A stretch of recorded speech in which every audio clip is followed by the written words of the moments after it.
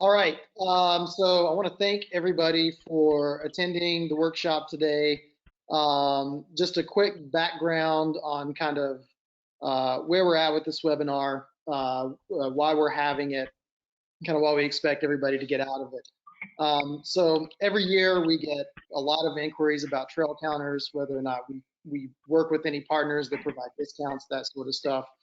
And so based on some of those requests, we decided to connect with Eco-Counter to see if there was a way that we could work with them to, to get access to trail counters. But what we wanted to do is we didn't want to just provide access to trail counters. We really wanted to provide access to proper data collection processes and really kind of help people build those data collection programs so that they're doing it in the right way and they're getting data that they can actually use. So we know that data can play a key role in improving trails and the trail infrastructures in a community. And we recognize that a lot of your goals and strategies often align with the long-term maybe goals and initiatives of a community or an agency partner. So understanding how trail data applies to your larger data collection efforts can be imperative to any project that you've got. So throughout this, we want you to think about your trail development goals, what they are, and how collecting trail count data can help. And hopefully we'll be able to shed some light on how trail counting data can help. So today, I hope you brought your thinking caps and maybe some draft goals of what you might think your data collection program will be, or if you already have one in the works. So you'll hear from experts in the data collection field, as well as some real world examples of how data collection has advanced a trail project. So, did the screen change for everybody? Everybody can see the next screen? Yep. Awesome, perfect. Everything's working out great then. So today we've got myself, I'm just gonna be the facilitator of the workshop and move everybody through it. But who we have for you today is Danny Twilley, who is the Assistant Dean of Outdoor Economic Development Collaborative with the West Virginia University. Matt Ainsley, who is the Market Strategist with Eco-Counter, based out of Quebec, Canada, and Jay Wilkes, who is the president of SORBA Woodstock from Woodstock, Georgia. So what we're gonna do is walk through the big picture processes of collecting data, and we're gonna work our way into project-specific implementation. So we're here to help you with your data collection efforts and help you move past any sticking points you may have. So if you have any questions or anything, don't be shy in asking them. We do have some materials posted in the materials section of your doc. We're going to provide those to you after the webinar, along with the recording of the webinar and any other follow-up materials that might be requested throughout the meeting here, and then provide those to you at a later date. But there is a chat function, so feel free to throw your questions into the chat. We'll do our best to answer them either as we go along or after the presentation. And just as a real quick housekeeping item, I will probably mute folks just so we don't have any unintended background noise. Yeah, but other than that, I'm going to pass it over to Danny, who will get us started. Danny, it's all you. All right. Well, first, thanks everyone for joining. Thanks, Anthony, Matt, and Jay for allowing me to be part of this great conversation and trying to, again, move the trail industry forward. So, what I'm going to talk about today is, Anthony, are you moving the slides for me? Yes, sir. You're on slide There one. you go. Perfect. Great. It's really, I think, important before you go into any data collection process, whether it's trail counters, surveys, or anything, is understanding the why. And that's really my role here today, is to try to help, give you some context of ways to start thinking about the why, because nothing happens in isolation. So just a quick background on me.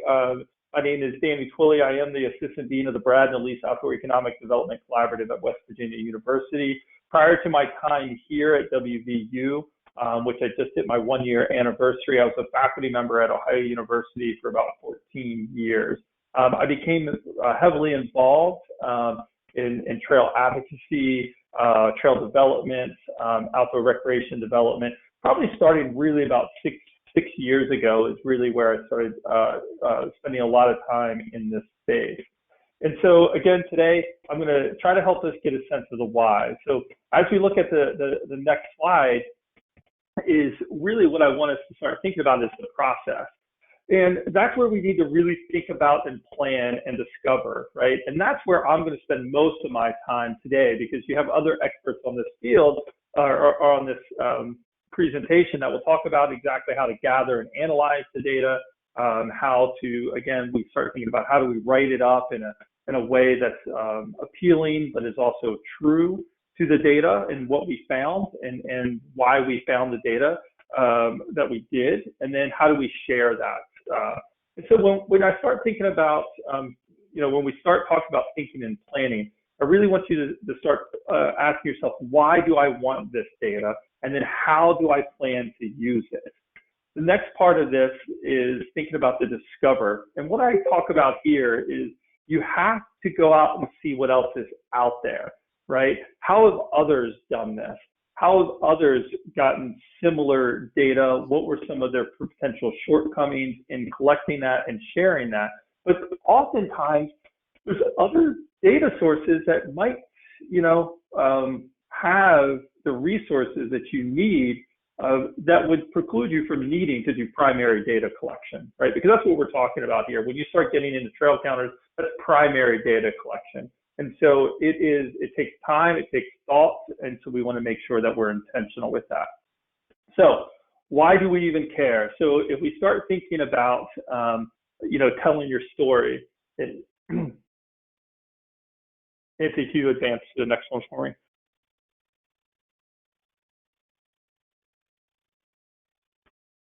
So we want to think about telling your story. And this is really important because people invest in and support trails when they understand the outcomes. And that's really what data is designed to do, is help understand, are we accomplishing what we want to accomplish? And if we're not, then how do we make a plan to accomplish that? And sometimes it could be to essentially garner support for advocacy, right? So you might use this data to present to health groups, health departments, land managers, all different array to create advocacy and momentum behind already existing trails, already existing projects, or redevelopment or the establishment of new projects. And in that case, you might even need this data to justify maintenance funding or funding to build new trails. And so part of this is really collecting the data to, again, start understanding what we're trying to accomplish. And so, you all have to start really deciding what is the purpose and your need for data. And it doesn't have to be singular in approach. It doesn't have to be it could be advocacy and gaining support for maintenance and new trail construction. So please don't think about it. So how do we go about doing that? So again, Anthony, just advance to the next one, is when we start understanding the why. I encourage you to engage with your community, the current users of your trail system, the current non-users, right, but supporters. Start trying to understand their sentiment about trails and how they're being used, not used, some of the problems. Is it user conflict? Is it overuse? Is it lack of maintenance? Is it lack of diversity of trail? What is it that your local communities, members and users and non-users, what questions do they have around trails, or what are some of those concerns? I also encourage you to look at public reports, and this could be from, if you haven't dove into it, Headwaters Economics has a lot of great resources, but start trying to understand how others have other user groups, and you'll hear from one today, some of the questions that they're asking and how has that advanced their trail initiatives and their projects. And then the others, start talking to your political leaders. Again, they have the ability to really advocate or hinder projects. And so start trying to understand your community and political leaders and how they play for that. And then ultimately that leads into your outcomes, right? That's how you start thinking about the types of outcomes that you're potentially going to want to use in collecting this data. If you can understand those outcomes, then you can start creating a plan on how you're going to use the data. And so I put together a few big picture outcomes. These are not singular, this isn't exhaustive, I should say. And so, I'm going to talk about some high level ones that particularly could be used using trail counting data. So sustainable economic development. This is probably one of the areas that I've spent quite a bit of time reading, doing some research. I have 2 projects going, and this is around this idea of economic impact around trails. I get questions around this quite a bit. And what I tell people, oftentimes, and I've done some work in this space in partnership with IMBA, is looking at total visitor spending. That number doesn't vary a great amount on location. It just doesn't, because certain expenses are relatively consistent. And so I would encourage people but the hardest part about doing these is understanding the visitors. How many visitors and the type of visitors? Are they day visitors or are they overnight visitors? Because there's significant differences in spending from day visitors versus night visitors, and then locals versus non-locals, right? Non-locals bring in economic impact, right? Where locals, if they're spending money, related to trail experiences, that's typically economic recycling. And so, this is a very important, component when we start talking about sustainable economic development, how the users or visitation numbers account for this. One of the most important things we can understand in this is, what is our current use, okay? What is the current use of the trails or in the area? And then how does that relate to its potential? And that's when I talk about, oftentimes when we start thinking about potential, is we want to understand this relative to other places. So is my community an isolated, community up in northern Minnesota, right? Like the Iron Range up there? If so, then that might be a good comparable trail system to try to understand visitation there, versus if I'm in an urban trail system, visitation and use is going to be quite different. So we really want to start thinking about our current use versus our potential use. And so the only way we can understand current use is by capturing realistic and primary data, okay? And that's where the trail counting process can come into. The other piece that we can start thinking about is increasing and diversifying users, right? And so, and the only way that we can understand if we're doing intentional efforts around increasing users is by understanding current use. We can also think about diversification of users. Now, a trail counter is not necessarily going to tell you if, when I think about diversity, gender, thinking about location, where people are coming from. Trail counters can't do that. So again, when we talk about it, is that trail counters will give you a certain piece of information, but then you have to overlay that with secondary data capturing techniques, right? Oftentimes we do that through intercept surveys at trailheads. But if we understand, that's part of our outcome, we want to increase and diversify users, then we can actually, by capturing our current use and continuing to capture that as we do intentional efforts to accomplish those goals, are we actually doing that, right? And so that's baseline, data collection, and then comparing that to what we would call our, the variable that's or our intervention, if you will. And oftentimes this can have effects on health and wellness. If anybody has read some of the work that's coming out of Oregon State, they're taking in their statewide comprehensive outdoor recreation plan, and they're actually trying to put economic data through use around outdoor recreation. And so what they're really trying to do is say, if people are participating in outdoor recreation and these certain forms of outdoor recreation, this is the estimated cost health savings. And so again, if you need to, frame your work around health and wellness, that's a really good way to do it. Maintenance and compliance issues. This one is really fascinates me because, how is use of a certain trail or a trail system, how does that relate to maintenance needs? Okay. For instance, we might have a trail system that is being highly used, but the maintenance needs aren't as significant because they were developed and built in a sustainable manner versus maybe a place that is, not quite as high of use, but it's having significant maintenance use. But they're older design trails. So then you could use that information to justify, bringing those older trail systems up to more modern standards.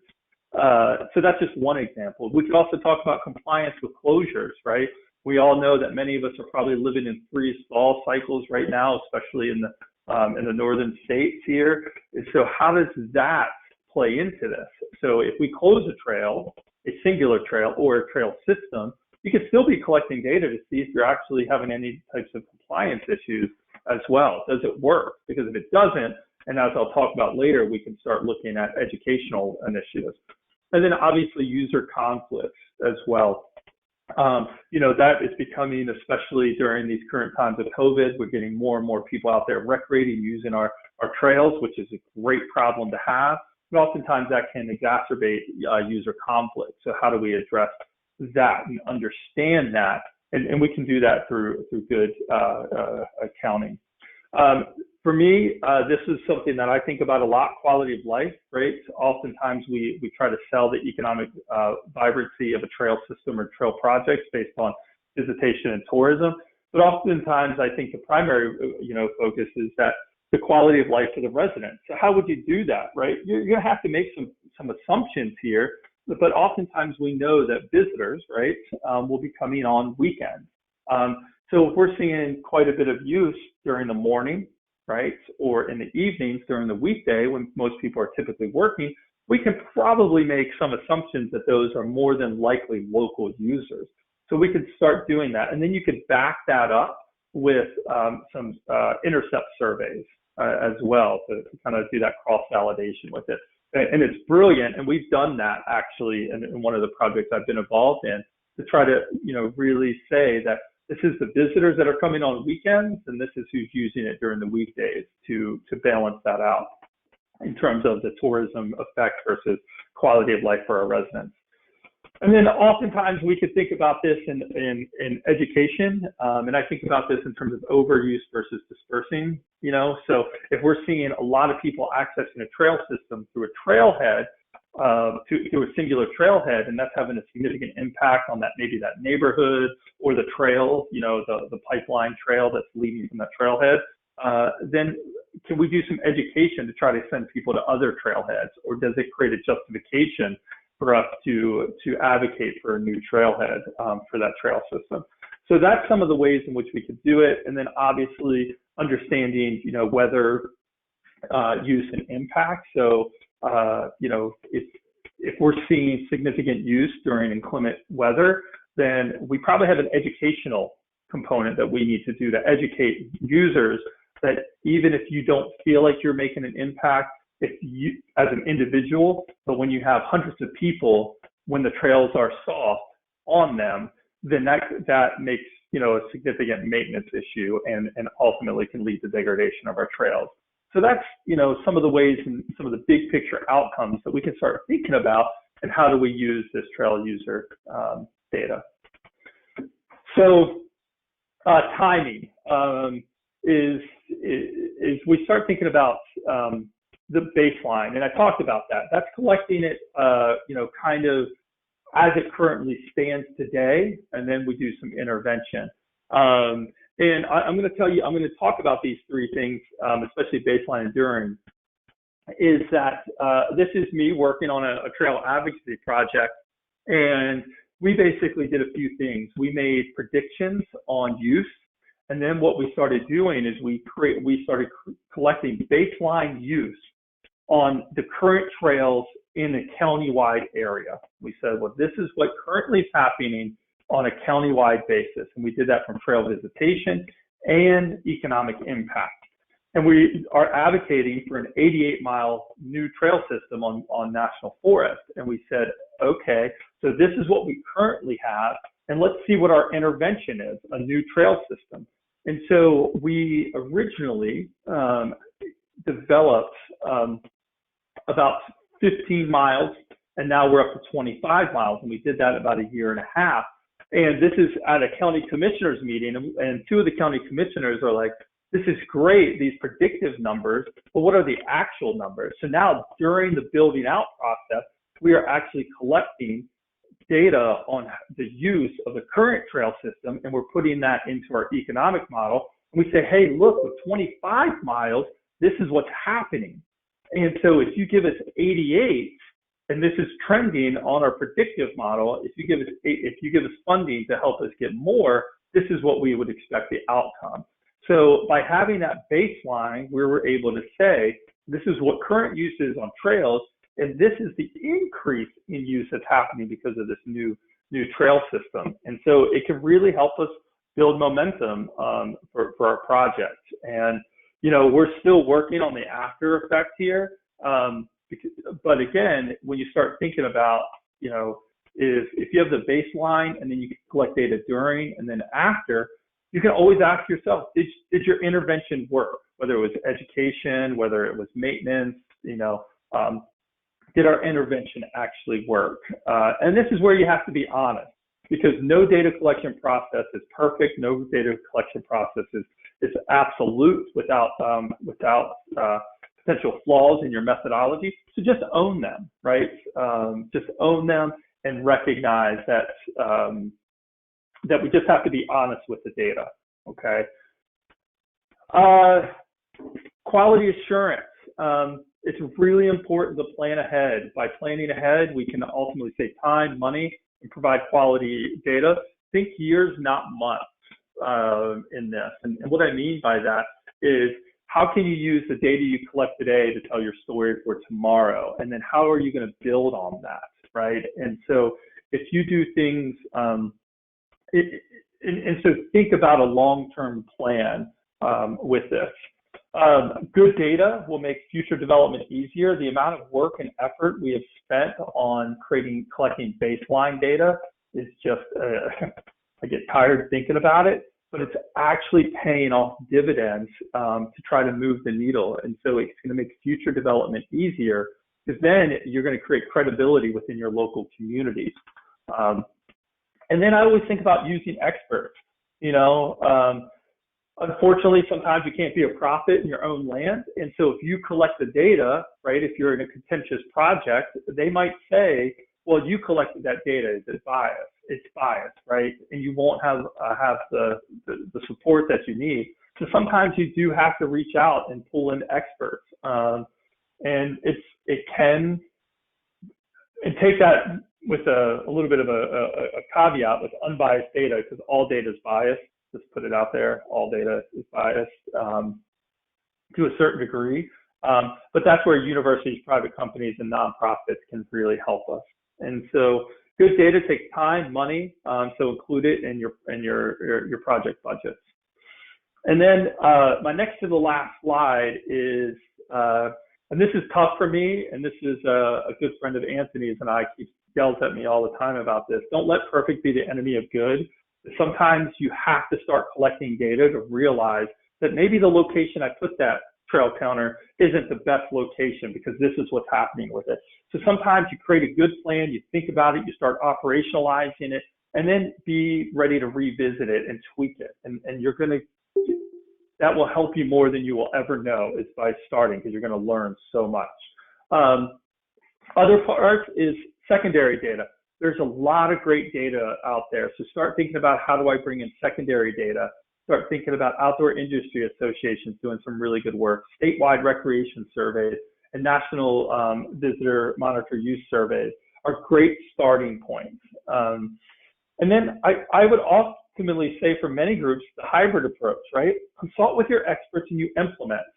Sometimes you might have to pay a small consulting fee, but oftentimes you're going to get that expert validation and maybe the extra push that you need to get started and create a good plan. Then you all implement. And I've done this on several different projects. Is I basically come in, help them create the framework for the collection, and then they collect it, and then I help them analyze it afterwards.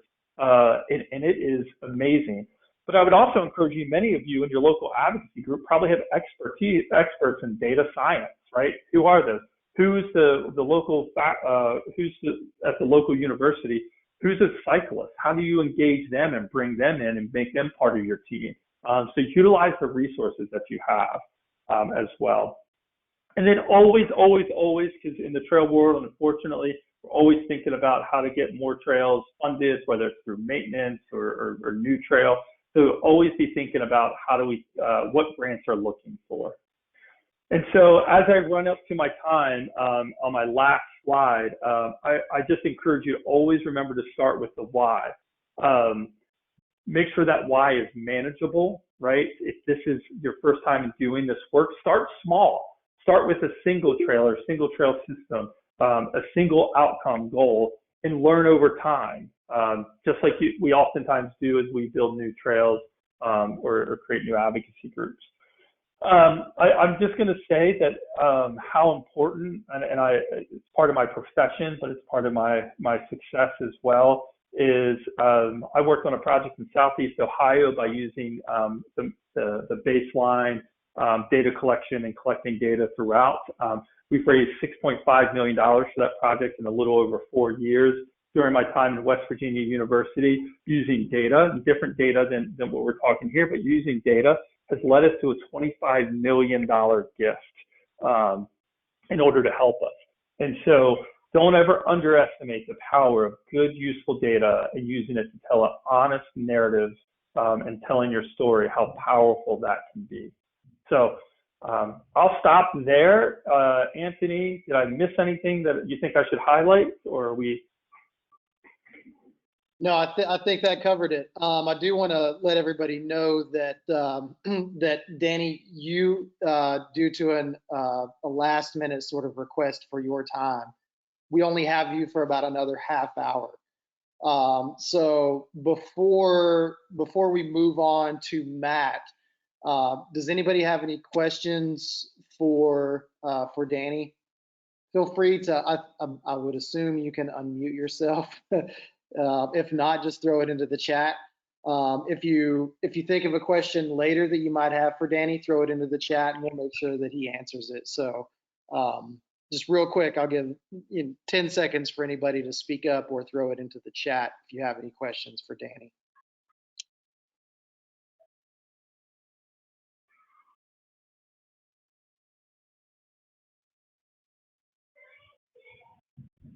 Anthony, neither I confused them or I got everything covered. I don't know which it is. I'm gonna go with you covered it all, Danny. But excellent presentation, Danny. We certainly appreciate it. If I do get any questions for you after your time is up here to jump off, I'll definitely let you know. But I feel like you covered everything that I wanted you to cover. So. Yeah, so we appreciate. Awesome. Thanks. Thanks. Awesome. So we'll move into our next portion of the workshop here. So Matt Ainsley with Eco-Counter is going to talk to us about collecting and applying bike trail data, count data. So Matt, make sure that you're unmuted here. Thanks, Anthony. You can hear me okay? Perfect. Yes, I can. Great. Yeah, thanks very much, Anthony. Thanks for the opportunity to speak today and for arranging this session on a super useful and important topic. And I think the first presentation from Danny touched on really drove home the why. And that's something that I'm going to come back to also and talk a bit about the why, because the why and the planning is so important. So yeah, we definitely got off to a good start. So yeah, my name is Matt Ainsley. I work as a market strategist at Eco-Counter. Eco-Counter. We are based in Montreal, and on the next slide, there's a little bit about just what we do, introducing ourselves. We design, manufacture bike and pedestrian counters. We do all of that in-house. We design them ourselves and we manufacture them in our own facility ourselves. We work with trail organizations to develop count programs. So that's largely, that's a good amount of what I do in my role. I work with, I lead some of our partnerships to make sure that organizations and communities that we work with have the right tools and the right resources to collect count data, but also to really use that data, apply that data, and get the most out of it. And so, yeah, we've been working with IMBA for a little over a year now, and I'll talk a bit more later on about some of that work that we do together. We also work with American Trails, we work with the League of American Bicyclists, we work with Vélo Québec up in Canada, and Vélo Canada Bikes, which is a national level cycling organization in Canada. So really, like, having our ears to the ground, working on the ground to make sure organizations have the tools they need. And it's in that sense we try and enable a data-driven approach to trail management and trail planning. So yeah, Danny talked a good amount about the why, and I'd like to come back to that just off the bat, because the why is super important. And so a lot of the why is because it comes back to an old saying that we share a lot, which is, if you don't count, then it doesn't count. And that's because counting your trail users is an essential part of trail management, and it informs how trail count data informs how people are using trails, when they are using trails, and if they are using trails.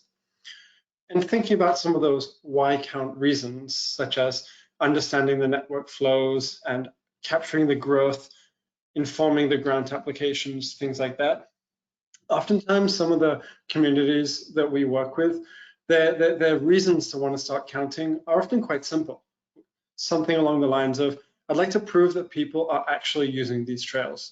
You'd like to communicate with, maybe local elected officials or local media organizations or local tourism agencies, just to prove that the work that they are doing, the work that all of their volunteers are doing, actually matters because people are using it.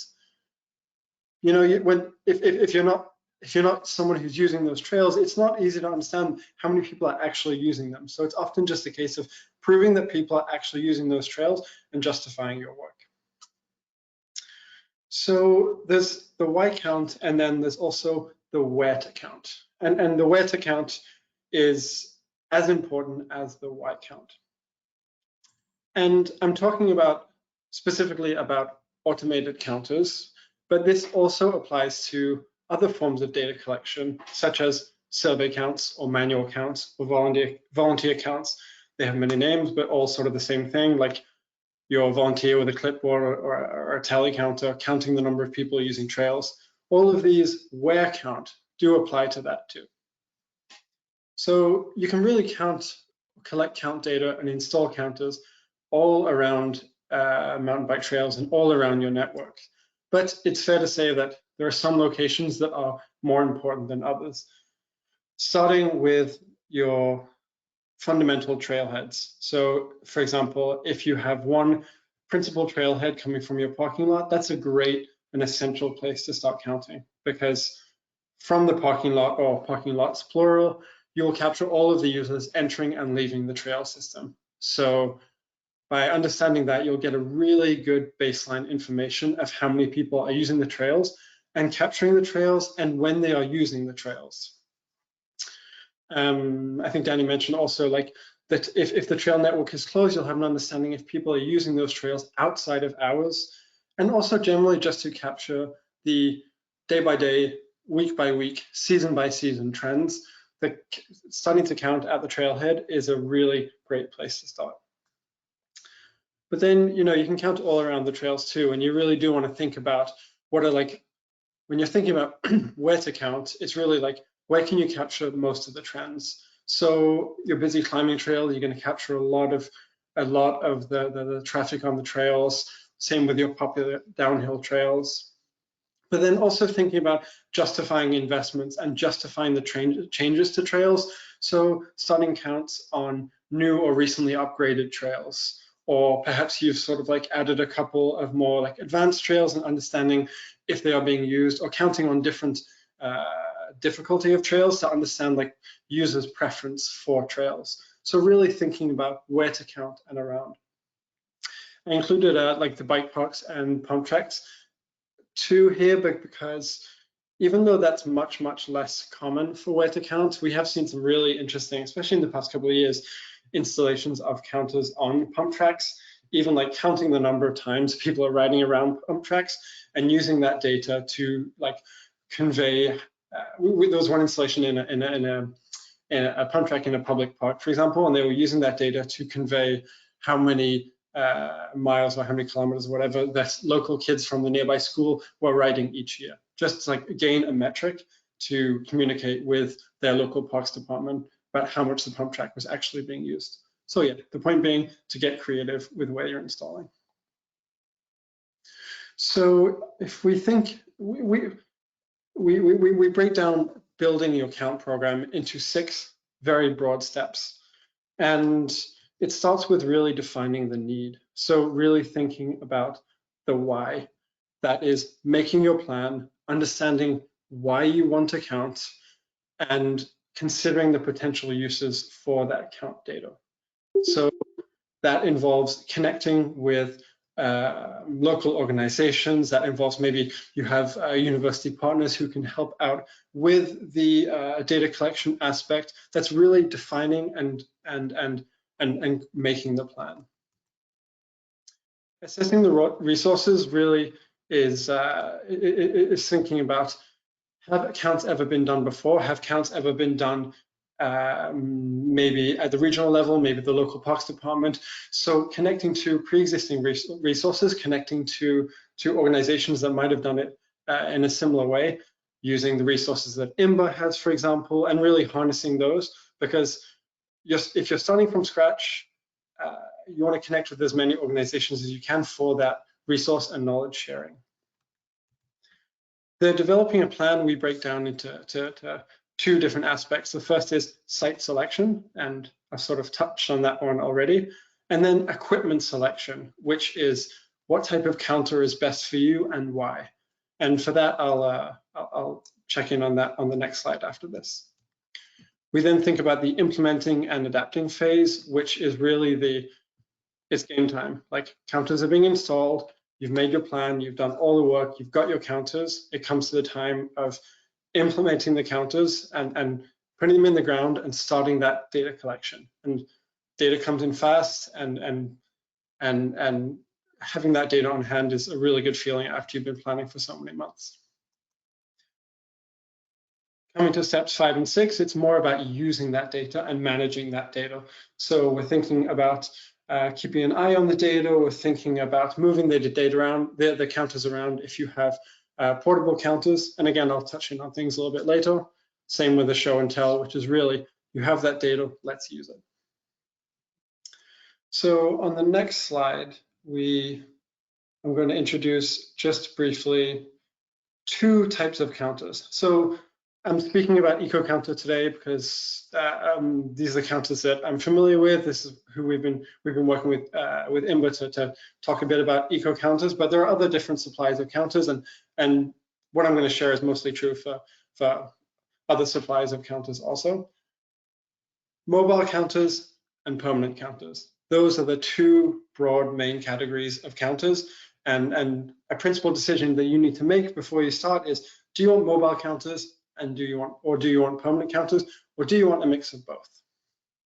So mobile counters, they are great to get started really, really fast. So a mobile counter, such as what you can see here attached to the tree, this is our Pyro Box counter. It weighs a couple of pounds, and you can install it in a variety of different places. You can attach it on a trail post, on a tree. Really, you can get creative and install it in many different places. It's battery operated, and it's good for both short and long-term installations. So you could quite easily install that for a day, or you could install it for like 5 or 6 years. and it's good for both. This type of counter, our Parabox, it sends the data through cell networks. The advantage of that being that you don't need to go to the counter every time and sort of like plug something in and download the data, because it sends it automatically through the cell phone networks. You can also go to the counter and like download it through Bluetooth without actually connecting any wires, but we do have an option to send them through the cell phone network. So the data is there. Every morning you check your phone, you check your computer, the latest data is there. So what's really great about the Parabox counters is that they're super easy, fast way to capture trends across a whole trail network, because you can move them around so easily, and because they're so quick and easy to install, about like 15, 20 minutes, it really does allow for like quick trends. And just like all our counters, they are nature and vandal proof, which is IP66 waterproof rated. But for this particular counter, there is a con to it, and that is it won't distinguish between bikes and pedestrians. So what that means is that if you have multi-use trails, for example, you might want to get out there and do a validation count survey. So understanding the ratio of like hikers to mountain bikers, or maybe you have horses on your trails too, capturing those into. That's a rare example, but let's say you have hikers and mountain bikers on the same trail, capturing the ratio of the two and then applying that to your counts. But if you're applying that on exclusively mountain bike trails, no need to do that, especially if you're on like a downhill trail, for example, where it's only going to be mountain bike users, then that's not a problem for you, but something to think about. The other one I want to talk about is permanent counters, and there's a couple of things to think about there too. So permanent counters give you 24/7 counts, 365 days a year. Once it's in the ground, it's in the ground, it's done. And in this particular case, on the photo here, this is what we call a multi-counter. And it's a multi-counter because it will distinguish between bikes and pedestrians. It does that. You see the little plastic white in the ground. That's an electromagnetic sensor which captures the magnetic field of the two wheels when it passes, and it counts the bike. And then there is a sensor in the post that is a heat sensor that captures when someone walks by, and it counts and differentiates those two. It's also battery operated, so completely autonomous, doesn't need power. And it also sends the data through the cell networks and is equally nature and vandal proof. But the con, or the downside, or the thing you really have to think about with permanent counters is that not an easy thing to move around. So once you have it in the ground, it's going to be there. It's going to be counting for 2, 5, 10 years. So you have to be really strategic about site selection. And a permanent counter is like a great thing to put at your trailhead, for example, right at the trailhead, so it's capturing everyone all the time for many, many years. So you can capturing different data over different periods of time. And we really understand that for some organizations, for some communities, they only might have data collection for a couple of weeks at a time. Perhaps you've been able to rent a counter for 2 weeks. Perhaps you've borrowed one from a partner organization. Perhaps you've acquired one in some way. You only have it a couple of weeks at a time. You can still really, really capture such important and significant data in just a couple of weeks. We like to say that 2 weeks is the minimum amount of time that you should install a counter in one place. 2 weeks is the amount of time where you will get baseline count data. And that's to say you've had 14 days, which will include 2 weekends, which will allow you to have a good understanding between weekday and weekend split. We don't say 1 week because weather variations could sort of give you an incomplete picture of day-to-day trends just by counting 1 week. You can think of a super rainy weekend, counts might seem really low, therefore that weekend is not a representative sample of what your weekends usually look like. So we say 2 weeks is the right amount of time, or minimum amount of time to capture really good data, enough to capture those hourly, daily, and weekly patterns, to estimate the trends across the network, and to sort of like understand volumes at different parts around the network if you move that counter around for 2 weeks at a time. But really want to drive home the point that you can do a lot with a really small amount of data. And then, of course, the longer counters are out, the more data you get, the more you can do with that data. So moving to the 6 and the 12-month level, enough time to understand monthly trends, enough time to really understand how weather patterns impact trail use. Does your ridership really drop off in the winter? Do you have a shoulder season, for example, between mountain biking and fat bike season? Do you have people using the trails in a significant way when they are closed? You also, at this point in time, 6, 12, 24 months, have enough time to do really good reporting on the data. So that's reporting to your board, creating reports to communicate with local tourism agencies, really making the case for new trails, justifying trails, enough data and enough time to inform those maintenance practices and make significant gains with that data in terms of like adapting and changing your network. And on the next slide, something that often gets overlooked is that once you have those counters in the ground and once you're starting to collect data, there's quite a few best practices in terms of then like keeping an eye on the data. Even if you're not moving those counters around, even if they're just there collecting data for you, regularly keep an eye on your data. You know, the more you log into the data, the more interesting trends you're going to find. Like, why was last Saturday had such a spike in data? Why did last May have such a decrease in the amount of people using the trails? And the more you log in, the more connected you are to that data, the more the data makes sense. You remember that it was super rainy last May, or you remember that last Saturday was a gorgeous day and it was an event that brought people to the trails. The more you check your data, the more stories you can tell with the data, and the more engaged you'll be with the data. It's easier to share that data, it's easier to share those stories, and it's easier to communicate that data with local partners.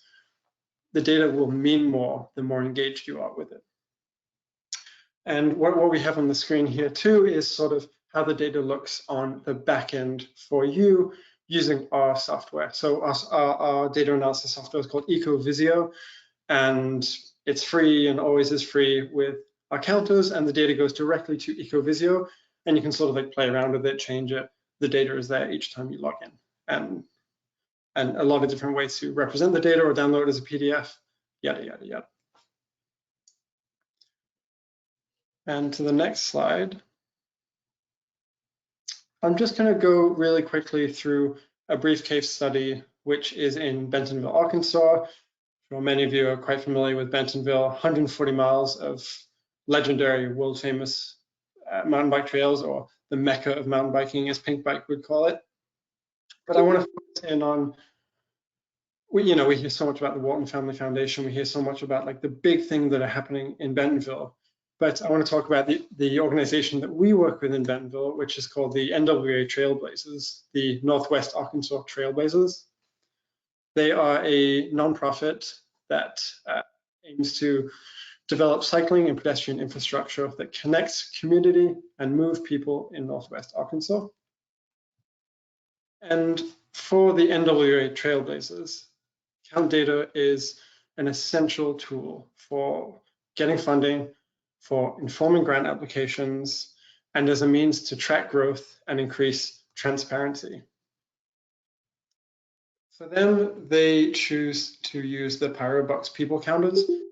So that's the little gray box that I showed on the screen a couple of slides ago. And they have 24 of those around the trail network, around Bentonville. Interestingly, so that's a mobile counter, but NWA Trailblazers actually choose to install them permanently. So once they put them up, they just leave them there forever. And they don't move them around, it's just for them. They like them, it works for them. They stick them up in a place and they don't move them around. They do a lot of reporting on their data, and they collect a lot of data, and they have really interesting stories to share. For example, they tend to install a counter each time they open a new trail, or sometimes when they do like significant rebuilding of a trail to maybe change its difficulty level. And back at the beginning of last year, they opened a new beginner trail and found that within 4 days of opening it, they had their counter showed 3,250 counts. And that's a huge amount of counts on a trail, huge amount of counts on a trail. And for them, it was particularly interesting, and I'm drawing on this data example in particular because they thought there was a low demand for beginner trails. And they thought that the majority of their users were looking for the advanced trails, the really difficult stuff that you can find in Bentonville. And through that sort of data, and then digging a little bit deeper into that data, they sort of found that there was an untapped demand for more beginner trails. And that allows them to like inform future trail development and inform their trail building practices. On the next slide, I'm going to show you something that you all might be quite familiar with, which is that trail counts have exploded since the start of the pandemic.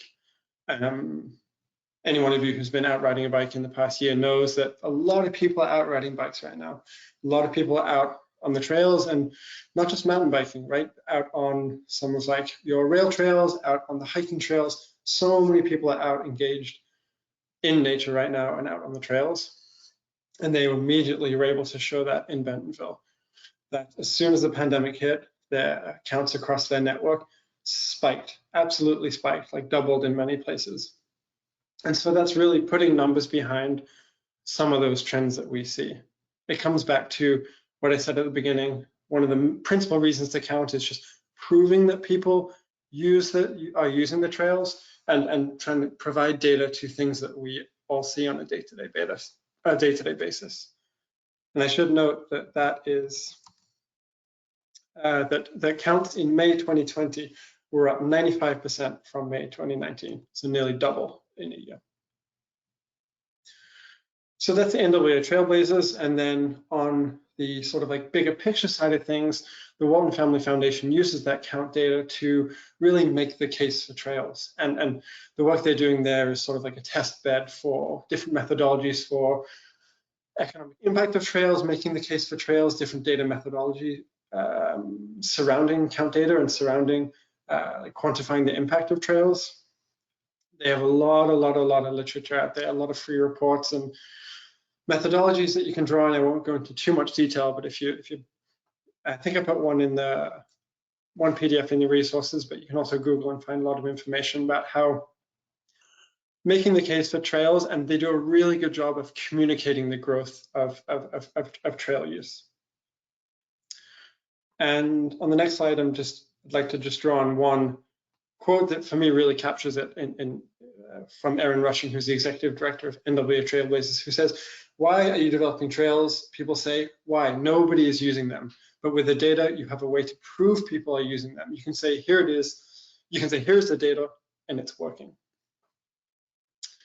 So just before I wrap up, I want to make a little plug. Excuse me, I jumped ahead too much. On my last slide, I'm going to just share a few final best practices.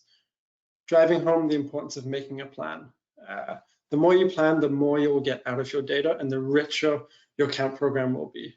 Count programs with defined needs and outcomes are easier to plan, fund, and implement. We also like to say that count programs are a bit like a garden. Like when you plant your garden, the work isn't done. You know, you don't plant your garden and then all your veg just magically appears in a couple of months. No, you have to tend to your garden, and you also have to tend to your count program. So that means being engaged with your data and keeping an eye on your data and checking in on your data, making sure that some vegetation hasn't gotten in the way of your counters.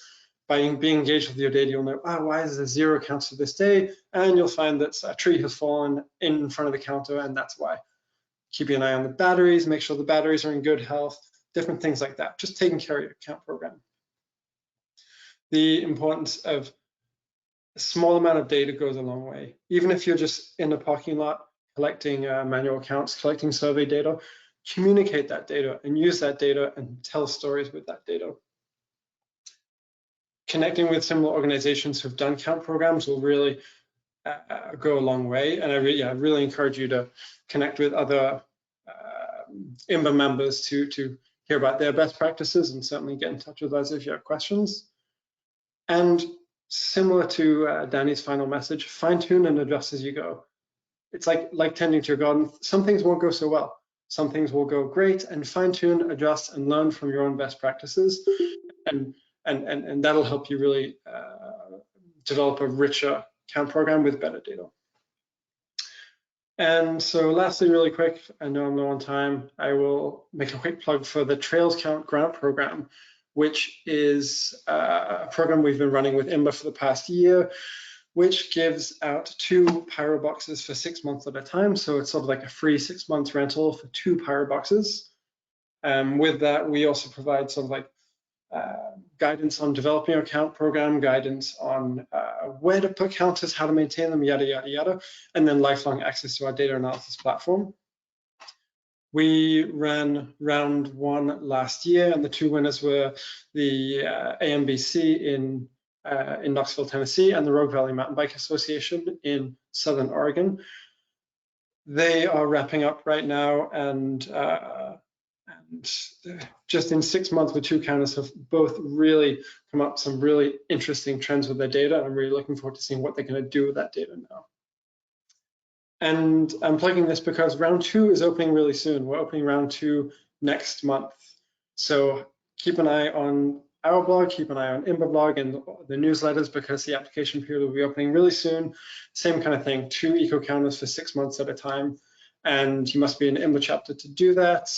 And it's a competitive grant program for 6 months. So yeah, please apply. You can get a lot out of your data in 6 months. That is it for me. So I will pass it back to Anthony and then on to Jay, who will share a bit about his case study. Awesome. Thanks, Matt. We do have one question. Do you want to answer that now, or do you want to wait until the end? I will pull it up. I didn't see it. That's okay. What we can do is just wait until the end, just in case we have questions for Jay as well while we've got everybody. I don't want to run short on time for maybe some other folks that want to hear Jay.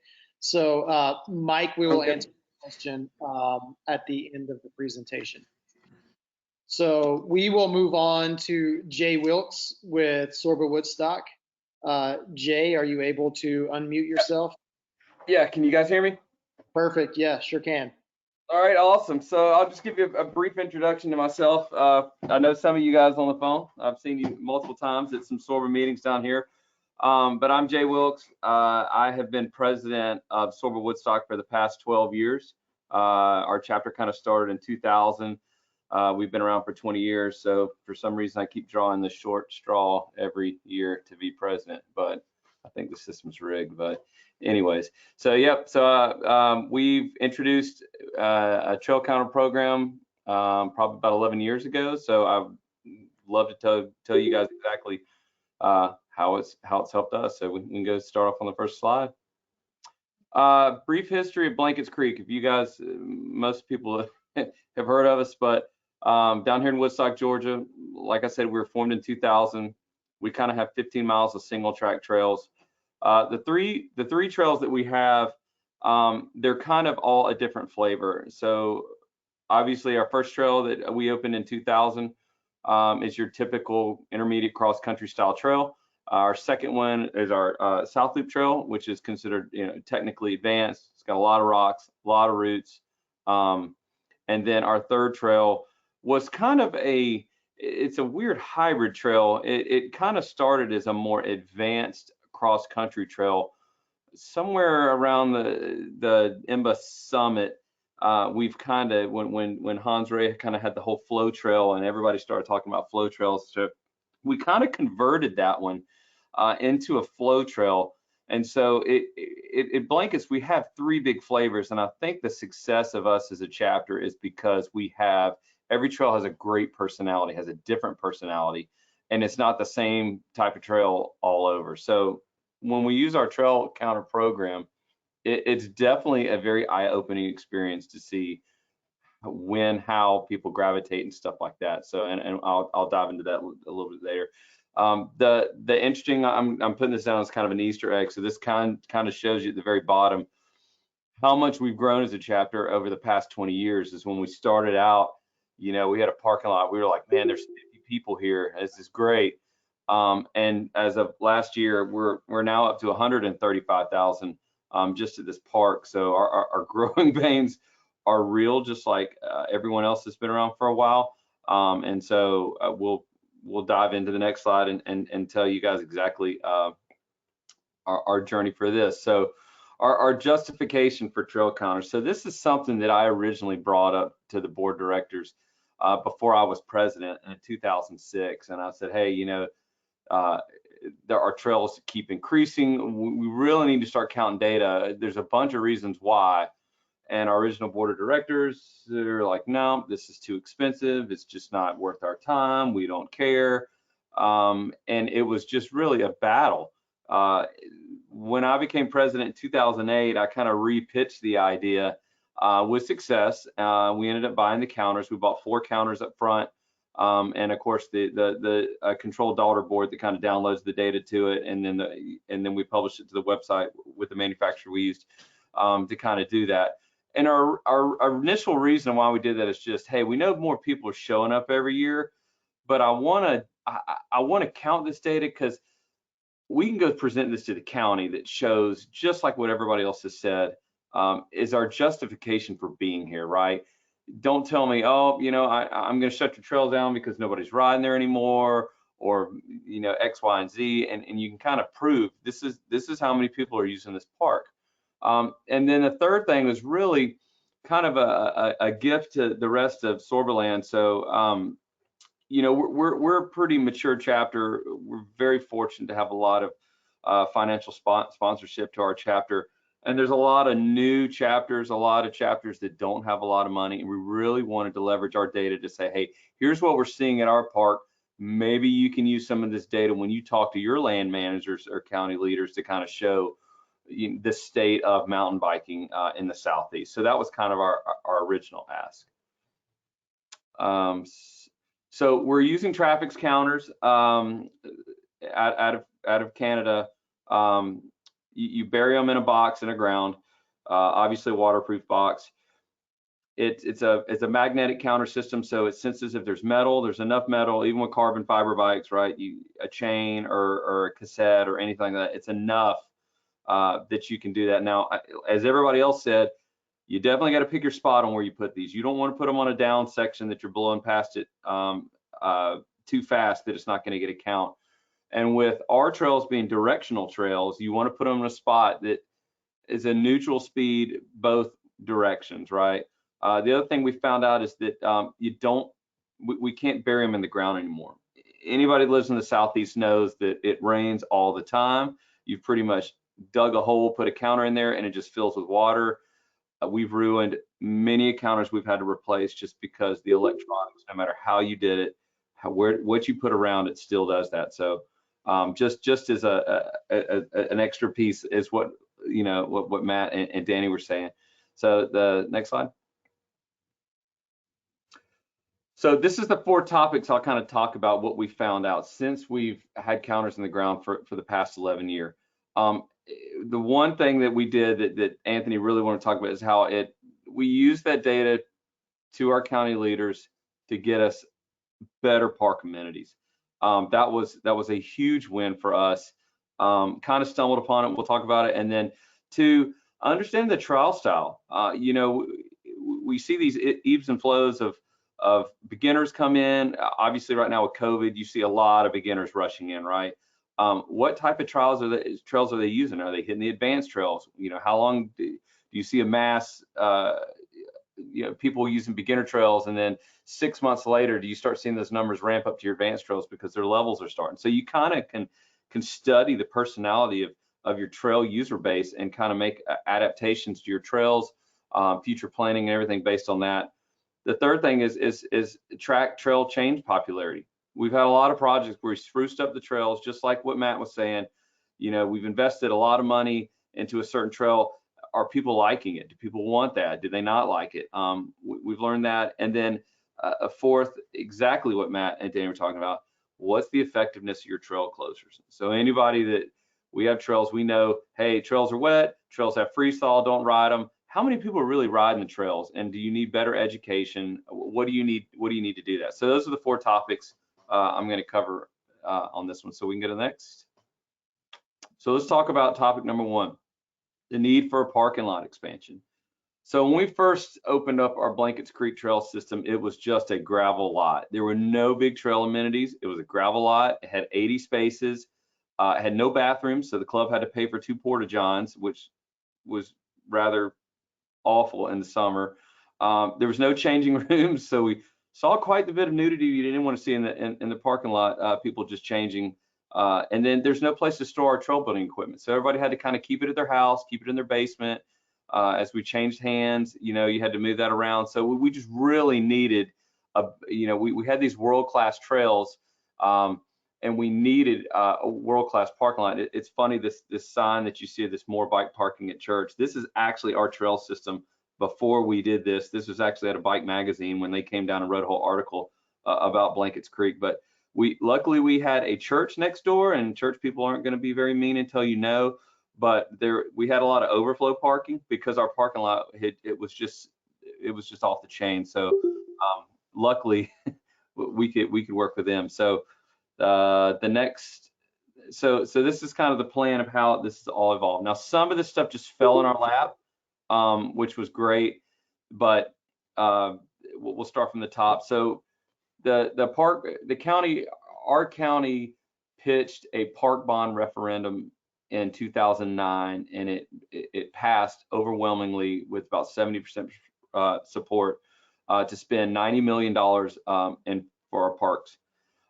During that time, all the commissioners were trying to do in the land grabs. They were saying, hey, I want this much money for my area, this much for my area. We talked to our commissioner. Luckily, we had invested in this Trail Counter program months beforehand, and we could instantly go and show them, hey, look, we have 800 people that are parking here on the weekends. We have 72,000 people over the past year that are frequenting the park. We proved to them this is one of the busiest parks they had in their county, and they had no idea because it was just this gravel lot that mountain bikers just kind of used. So based on that, with the money that they had, luckily next door there was a 5.5 acre plot of land that they ended up buying, and to kind of expand our parking lot. And then they pitched a $900,000 construction project that kind of started in 2012, 2023, and it was like a $1.2 million investment in our parking lot. So we went from 80 spaces to 185. We got permanent bathrooms. We got a nice festival on. We used for races and events. There was actually a furniture cabinet shop that was on the land that we turned into our clubhouse. That we could have functions in, we could store our equipment in. They put in two pavilions out there. So the bottom line of what I'm saying is that had we not had these trail counters when this opportunity just landed in our lap, we wouldn't have got anywhere. So you never know when you're going to need data when stuff happens. So the next slide, I think the next 2 are just kind of showing off the parking lot, how they kind of all the different spaces that we had. The next slide shows a recent picture where it's just 185 spaces isn't enough. Luckily, the church is still next door. Now the question is, how do we expand this even more? Because this is what it looks like every day at our park. So good success story on that. On exactly, and the trail counter daters keep telling the story of exactly how many people are using this. Okay, so we can go to the next slide. So trail preference. This is where we have had a lot of conversations as our board of directors, and you can have these conversations on your trail. You're going to get sporadic information of, hey, what kind of trails do you like? When do you like? Everybody has their opinions, but the data doesn't lie, right? So if you know what type of trail people are riding, when they're riding, right? When is your peak seasons? Is there any night riding? We're open for night riding. When do people night ride? And then, as I said, we're a directional trail system. So, half the days you ride one direction, the other half of the days you ride the other direction. And we found out that due to features and the flow of certain trails, some people really like to ride a trail a certain direction. A trail just rides better in that direction. So what can you do on those days that people don't ride to kind of spruce up your trail? Here is one of the graphs that we have. So this is the 3 different trails. Obviously, the blue trail is our cross-country trail. That's our dwelling trail. Most people gravitate towards that one.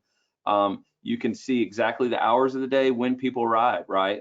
You have the green trail, which is our flowy trail, and then the black trail, our technical trail. It always has the least amount of riders. But what you can do with this data is you can kind of see exactly what type of style, where your beginner's riding. We can base our trail maintenance. So like, hey, we have this many laps that's going on. Obviously the dwelling trail, we need to do more maintenance on dwelling because it gets more use than the other trails.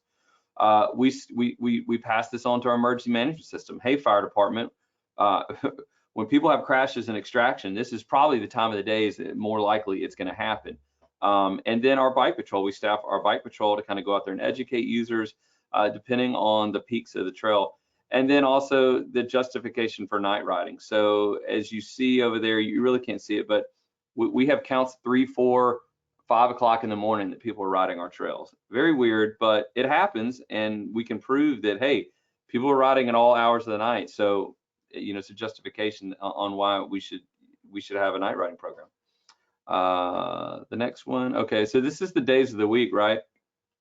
So if you look at the very bottom, it's kind of hard to read this, but Tuesday, Thursdays, and Saturdays is a certain direction we have our trail. And this is our Van Michael trail. This is our flowy trail that has a lot of berms, a lot of climbing, a lot of descending. It's just a roller coaster trail.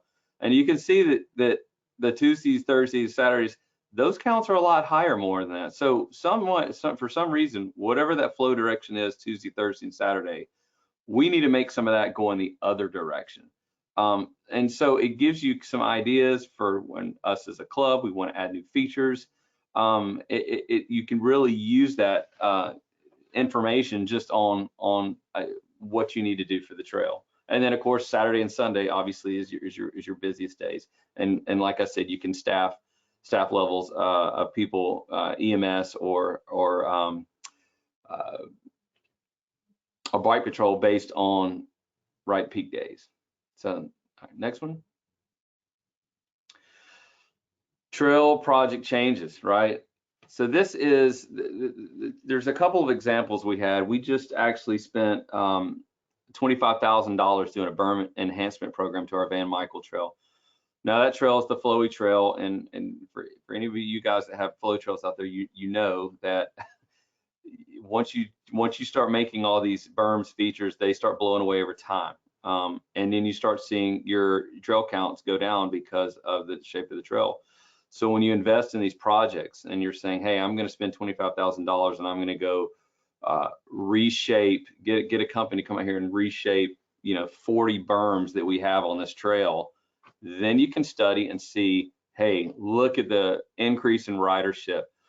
I don't know if you guys are familiar. There was a game back in the 90s called Roller Coaster Tycoon, and it was very similar to almost managing a mountain bike park, where you build these roller coasters, and you could call them trails in the same language. But if you made them too intense, people wouldn't ride them, right? And the whole gist of this game was how many people can you pull in to pay money to ride it, and you kind of make it a profitable business. And then also over time the popularity wanes, right? So people just stop riding the trail. Either it's not in condition, it's too boring, they've ridden it too many times. So these investments back, as Matt was saying, where you're upgrading a trail or you're going to reroute a certain area to kind of add something to it, this is what we use as our litmus test to see if this is what people write, and we base projects based on this. Our dwelling trail at the very bottom, right? We had a huge gap between, I would say, a beginner plus trail and our intermediate trail, just because it had become so eroded. It was just too much of a step up for progression. So in all the hard areas, there were 3 hard areas on the trail that you would always see people walking their bikes. We actually had alternate lines, like quarter-mile alternate lines that would kind of be flat contour or a better contour to kind of go around these advanced sections to come back in. And the numbers just went off the charts. People were excited about riding the trail again. It wasn't intimidating before. So it definitely helps us in how we prioritize certain things. And then the last one, everyone's favorite, especially this time of the year, is trail closures, right? The awesome thing about having counters in the ground is you can tell when they're riding all the time, even when your trails are closed, right? Perfect example would be 2 weeks ago. For everybody here in the Southeast, we had that huge cold front that kind of chilled us out for, it was about 3 days, and everybody was experiencing freeze thaw in the Southeast. We actually closed one of our trails down. We went back and pulled the data. Actually, when it finally got to a point, we had 2 of our trails were fine, but the dwelling trail, the intermediate trail, we had chains and signs that said trail closed across it. That was the trail that it was too peanut buttery. It was just really bad conditions. Well, out of that trail count, we found out that 80 people just ignored the chain, ignored the sign, went around the sign and rode the trail anyways. And so that's the kind of information you're like, okay, now that I know that people obviously don't care, the question becomes, how do you make the signage better? How do you educate more people? How do you get the information out? Is there a lot of beginners because, you know, COVID's here and they just started riding? They didn't know, you know, well, I just figured it wasn't a big deal. And people don't understand, you know, how freestyle impacts the trail. The other thing that we use it too, our other trail system that we manage, Rope Mill Trail, they're very protective of their trail system. They have put in an ordinance where if they catch you on the trails, they'll actually give you $300 fines. So when you can use the trail closures, say, hey, look, all the trail poachers, as we call them, are at, you know, around 3 p.m., then they can, hey, let's make sure we have some police cars that ride through the parking lot and see if they can catch people around 3 p.m. So it can use that information as far as for that, if you have a local city or ordinance that actually do enforcements on poaching trails. So I think that was the last slide that I have. I was going through that pretty quickly, but I guess I can, Anthony, I'll turn it back over to you to see if anybody has any questions. Yeah, no, that's perfect, Jay. I guess we'll go ahead and open it up to questions. We did have a question real quick for Matt in the chat. I answered it in the chat, but I want to make sure that, you know, in the recording that we get this answered as well. But the question was, Matt, maybe you can answer this, is that if the permanent version of the trail counters can be moved, could they move it from season to season? You know, what would prevent someone from wanting to move a permanent counter around? Yeah, thanks for the question. Permanent counters can be moved around. It just kind of a pain, really. You know, you have to dig them out and you're interrupting a data flow, but they can be moved around. If you wanted to move them around from season to season, that is a possible thing. But if that's the kind of thing you are looking to do, we'd probably recommend you install a Pyrobox, which is a counter that can be used both permanently or temporarily. If you're doing it once a year, it's also a little bit cheaper to have a mobile counter. But yeah, it's possible. It's just a bit of a pain, and we tend to find that once they're in the ground, people don't really want to move them. Awesome. And we got another one here for you, Matt. Can you describe the sensor technology a little bit with the mobile version? Does it avoid false positives, things like moving branches and things like that? And how does the permanent version differentiate bikes, regardless of what they're made out of versus hikers? Yeah, so that's a really good question. So to explain a little bit the technology, in the people counter, so that's the non-differentiating between bikes and pedestrians, it's a heat sensor. So when you walk past one of our counters, it captures a heat sensor and it counts as a person. So our counters are not aren't like a laser beam, for example. There are some counters that are a laser beam where if you pass it, it breaks the beam and it counts as one. That tends to have more false positives. For example, you know, you could have foliage moving back and forth, like branches moving back and forth, and that would be false positives. But ours are heat sensors.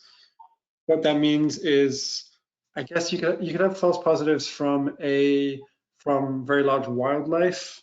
I know there are some areas that have really big wildlife, including like big bears and cows even, that can trigger a count, but that's pretty rare. And then in terms of differentiating between bikes and pedestrians, so let's say you're a bike and you bike by, the heat sensor will pick you up, and then on the ground, the electromagnetic sensor will pick you up. The electromagnetic sensor is the little diamond loops that I showed in the photo. So if both are triggered at the same time, our counter will know it's a bike because it triggered both.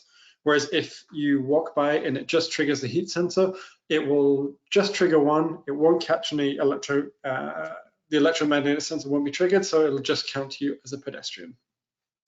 And there's a little comment there also on counting different types of bikes. We aren't able to differentiate between different types of bikes. So we can't differentiate between like a fat bike and a non-fat bike. We couldn't differentiate between an e-bike and a non-e-bike. All different types of bikes do get counted as bikes, and that includes carbon bikes.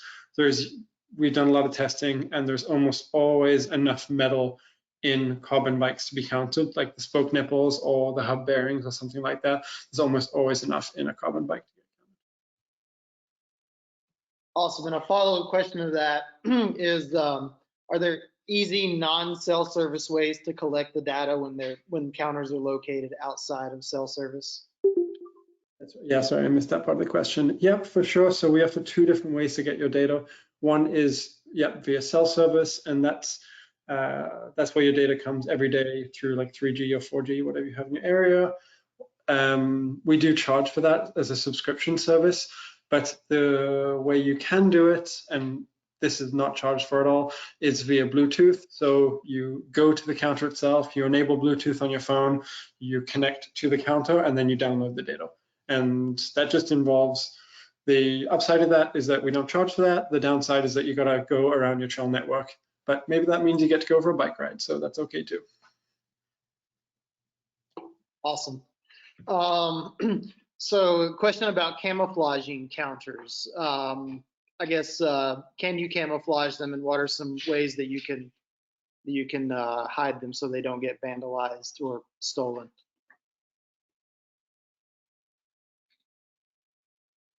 Maybe JD. Hi, I can jump in here if that's okay. Yeah, go ahead, Andrea. I just wanted to mention quickly that if you want to order the counter a custom color, you can do that. So that's especially helpful with the pyro boxes, the plastic boxes that you can kind of camouflage just by color. And also with the posts, so if you have a permanent counter you put in the ground as a post, I have seen quite a few clients, sorry, I work with Eco-Counter, I'm one of Matt's colleagues, I should have introduced myself. We can, in some cases I've seen clients attach a signboard to the post so that it actually looks just like a trail sign and can actually function as a trail sign. So I just wanted to put those out there as a couple ideas. Yeah, and this is Jay. As far as for us in our trail account, we've never had any vandalism. You know, at first like I said, we used to bury them in the ground. Found out that's a very bad idea just because of the amount of water that we have. So we just resorted to 4x4 posts and just putting it on like a little NID box, like a little network box, and we put them inside there. And we haven't had anybody mess with ours in years. So, and there's a lot of people out there, but no, we at first thought, oh, somebody's going to steal this. But then it's kind of like, well, what are they going to do with it? so we haven't had any issues with vandalism with that. So Matt and Andrea, maybe you all can answer this one as well. Are there warranties or maybe insurance policies or something to cover maybe broken or stolen devices? Hi, this is Andrea again. I'll jump in here. The counters do come with a 2-year warranty. That's for anything that is a manufacturer's defect. So things like vandalism, unfortunately, are not covered through that warranty. I'd also add that they can be extended to the warranty, so you can get longer than 2 years. Insurance, we do not provide insurance, although I have heard of some clients finding a third party to do that, especially if you have a large fleet of counters, it can be a good idea.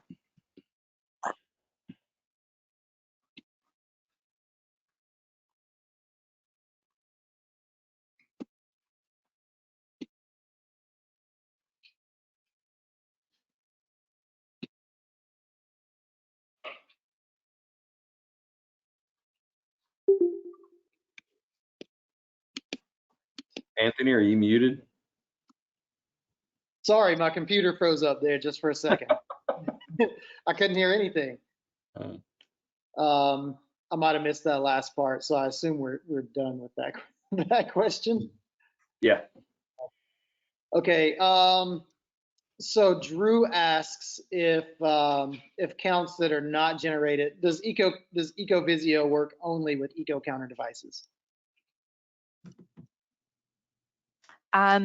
Yes, it only works with Eco-Counter devices. However, you can upload your own data from other sources if you want to augment data on the counters that you have. And in the same way, you can also export data from the Eco-Counter count data and then use it in your own kind of third-party app. But yeah, you cannot connect another counter to EcoVisio. Awesome. My computer is not frozen up right now. Does anyone else have any questions?